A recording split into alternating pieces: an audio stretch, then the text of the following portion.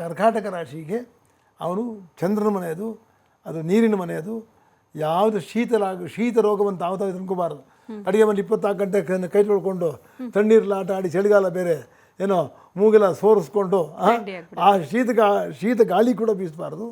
ಹಾಗೆ ಶ್ವಾಸಕೋಶ ಲಂಗ್ಸ್ ಚೆನ್ನಾಗಿ ಕಾಪಾಡ್ಕೋಬೇಕು. ಯಾಕಂದರೆ ಆತ್ಮಕಾರಕನು ಅಲ್ಲೇ ಕೂತ್ಕೊಂಡಿದ್ದಾನೆ. ನೀವು ಹುಷಾರಾಗಿದ್ರೆ ಏನು ಬರೋಲ್ಲ. ದೈವಭಕ್ತಿ ನಾವು ಏನು ಮಾಡ್ತಿದ್ದು ಅರಿವಿದ್ರೆ ದೇವರೇನು ಕಷ್ಟ ಕೊಡೋಲ್ಲ. ಕರ್ಕಾಟಕ ರಾಶಿಗೆ ಅವನು ಚಂದ್ರನ ಮನೆಯದು, ಅದು ನೀರಿನ ಮನೆಯದು.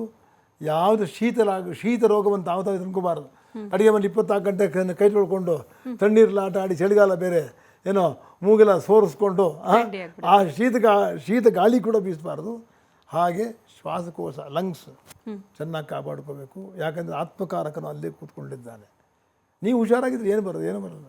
ದೈವಭಕ್ತಿ ನಾವು ಏನು ಮಾಡ್ತಿದ್ದು ಅರಿವಿದ್ರೆ ದೇವರೇನು ಕಷ್ಟ ಕೊಡೋಲ್ಲ.